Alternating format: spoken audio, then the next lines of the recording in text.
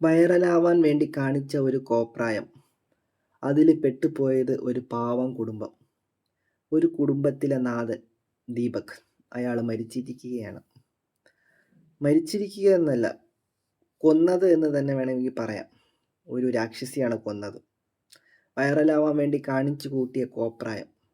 എന്തിനാണ് നിങ്ങൾ ഇങ്ങനെയെല്ലാം കാണിക്കുന്നത്? വൈറലാവാൻ വേണ്ടി വേറെ എന്തെല്ലാം മാർഗങ്ങളുണ്ട്. ഒരാളുടെ ജീവിതം വച്ചാണോ വൈറലാവേണ്ടത്? ഒരിക്കലുമല്ല.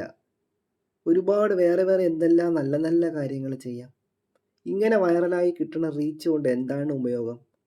എന്തെങ്കിലും ഉപയോഗമുണ്ടോ? ഇതൊക്കെ പോട്ടെന്ന് വിചാരിക്കാം. നമ്മുടെ സമൂഹത്തിൽ ഇപ്പം കുറച്ച് പേര് ഉറങ്ങിക്കിടക്കുകയാണ്. സാധാരണ അവിടെ അമേരിക്കയിൽ എന്തെങ്കിലും ചെയ്ത എന്തെങ്കിലും ചെയ്ത ഇവിടെ കത്തിക്കുന്ന ടീംസുകളൊന്നും ഇപ്പം അനക്കമില്ല. എവിടെ പോയി ഈ സാഹിത്യത്തിലുള്ളവരും ഈ സിനിമാക്കാരൊക്കെ എന്തിയേ? ഈ മരിച്ചുപോയത് ഒരു പാവപ്പെട്ടവനായതുകൊണ്ട് ആരും ഇതിനെതിരെ ഒന്നും ഒരു പോസ്റ്റും ഇടത്തില്ല. മറിച്ച് വേറെ വല്ലവരും ആയിരുന്നെങ്കിൽ ഇപ്പം പോസ്റ്റ് കൊണ്ട് നിറഞ്ഞന. ഇവിടെയാണ് ഞാൻ രാഹുൽ ഈശ്വറിനെ സപ്പോർട്ട് ചെയ്യുന്നത്. കാരണം പുരുഷ കമ്മീഷന്റെ ആവശ്യകത വളരെയേറെ കൂടിക്കൊണ്ടിരിക്കുകയാണ്.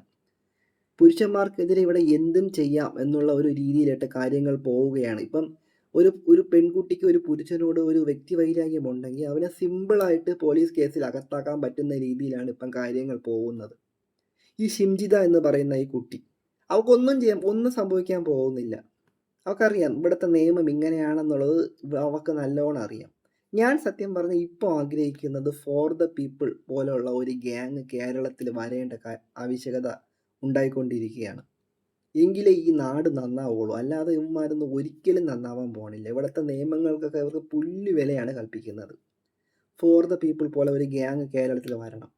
എന്നിട്ട് ഇതുപോലെ ഉള്ളതിനൊക്കെ രണ്ട് കൊടുക്കണം എന്നാണ് ഞാൻ ആഗ്രഹിക്കുന്നത്. നിയമം കയ്യിലെടുക്കാൻ പാടില്ല എന്നുള്ളതാണ്. പക്ഷെ ഇങ്ങനത്തെ ഒരു അവസ്ഥയിൽ പറയാതെ ഇരിക്കാൻ നിവർത്തിയില്ല. ഇത്രയും നേരമായി രാഹുൽ മാങ്കൂട്ടത്തിനെയൊക്കെ വീട്ടിൽ പോയി അറസ്റ്റ് ചെയ്ത പോലീസ് ഇതുവരെ അവളെ അറസ്റ്റ് ചെയ്തിട്ടില്ല. അവളെ ഒന്ന് ചോദ്യം ചെയ്യാൻ പോലും വിളിപ്പിച്ചിട്ടില്ല എന്നാണ് അറിയാൻ സാധിച്ചത്. എന്താണല്ലേ ഒരു മനുഷ്യൻ്റെ വിലയ്ക്ക് ഇത്രയൊക്കെ ഉള്ളൂ നമ്മുടെ നിയമത്തിൻ്റെയൊക്കെ വില.